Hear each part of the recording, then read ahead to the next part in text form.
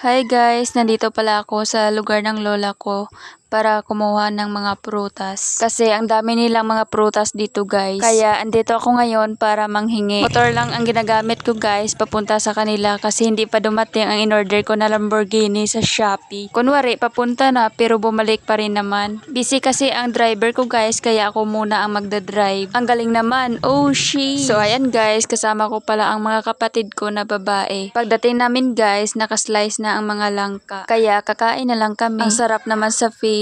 Siya po ang panganay namin guys. Ayan, napakadami ng mga langka na nakaslice. Tara, kain tayo. Bawal to sa maarte guys ha. Kasi simplihang buhay lang to. Kung ayaw mo, idiwag.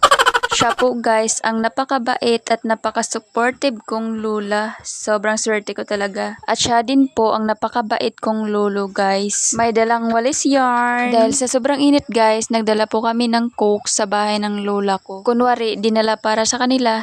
Tapos ako pala ang kakain. Ang hirap pala kapag patay gutom. Pagkatapos namin kumain ng mga snacks guys, naisipan namin na pumunta sa bahay ng tita ko. Dahil ngayon lang tayo nakagala guys, kaya lubos-lubusin na natin to. So ayan guys, ang bahay ng lolo at lola ko. Sila po ang mga magulang ng tatay ko. Medyo matagalan po kami makaalis guys dahil inayos-ayos pa nila ang motor. Baka mabukasan pa kami bago makaalis dito. Tatlo pala ang dinala namin na motor guys. Kasi marami akong kasama guys, hindi nyo lang nakikita sa video. Kasi nagmulto-multuhan lang sila. Nakaka-scared. Finally guys, natapos na rin ang pag-aayos ng kanilang motor. Nag-jacket pala ako guys dahil sobrang init kapag bumiyahe na walang jacket. Nag-sunglasses na rin ako para proteksyon sa aking mga mata.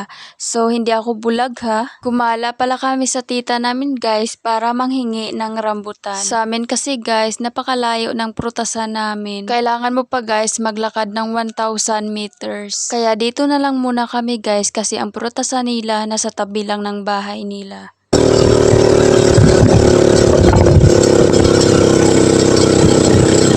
Nandito na kami guys sa bahay ng tita ko. So ayan na guys ang rambutan. Kahit walang tao ang bahay nila guys, patuloy pa rin kami kumuha. Magnanakaw? Di joke lang. Kasama din pala namin guys ang anak ng tita ko.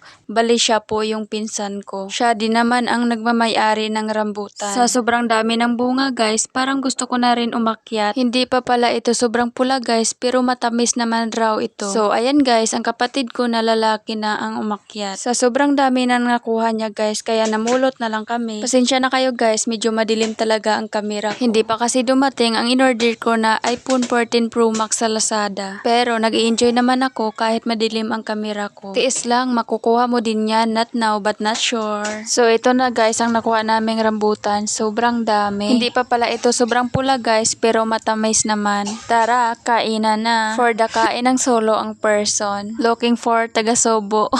Di, joke lang. Huwag mong seryosohin ang vlog na ito. Kung magseryoso ka, ako na lang seryosohin mo. So, ayan na pala guys, ang naipon naming mga rambutan. Sarap naman pala kainin kapag free. Sa bukid kasi guys, kapag marunong ka lang umakyat, makakain ka na. Kung sa syudad naman tayo, ay kailangan nating bumili para makakain. So, ayan guys, pauwi na pala kami. For the busog ang mga person. Dito ko na lang to guys, tatapusin ang vlog na ito. Bye-bye!